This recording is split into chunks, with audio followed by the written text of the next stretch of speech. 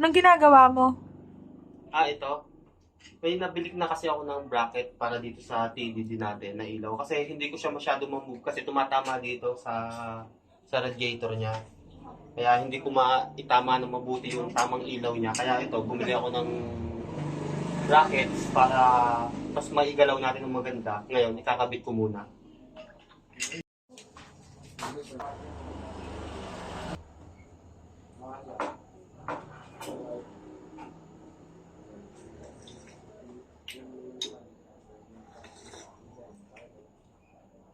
Yummy!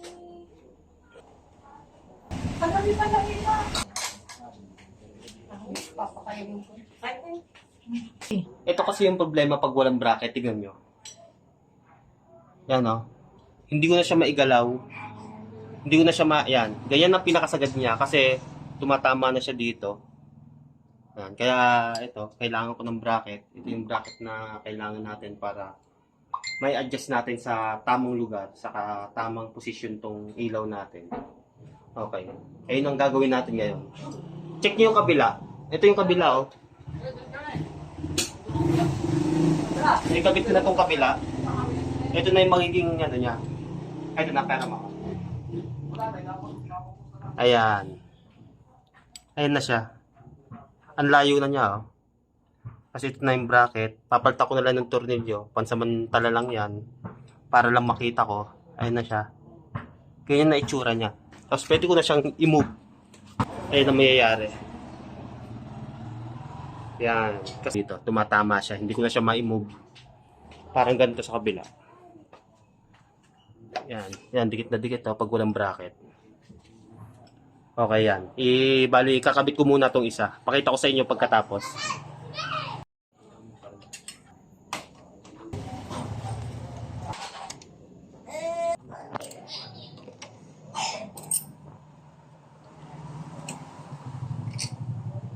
Yan.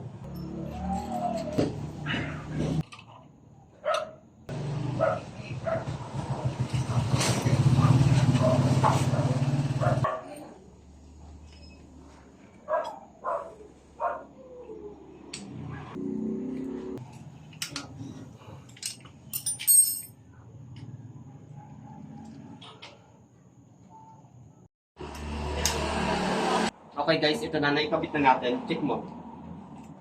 Yan.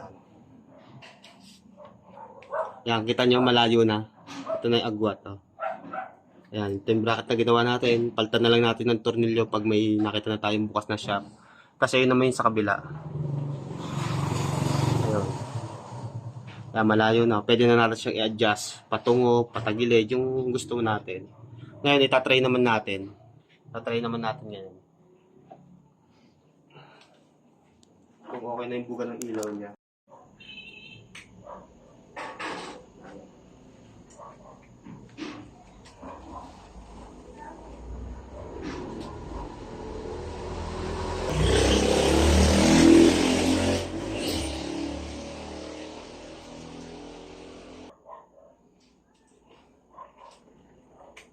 Mababa tong isa.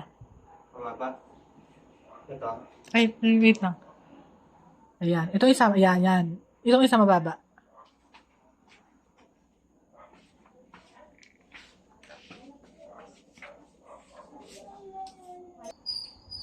Try natin sa labas para malaman natin yung bato niya.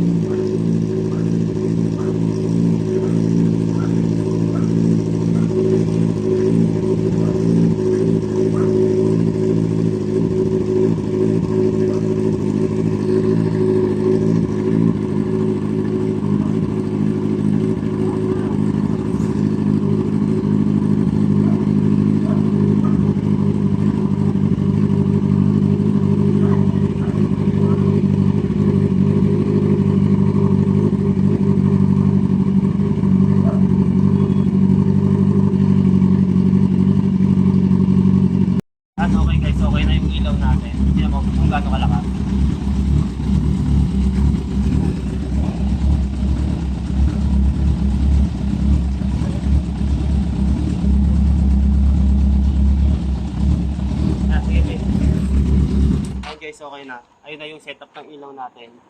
Mas na ano natin yung tamang lakas niya. Okay guys, thank you.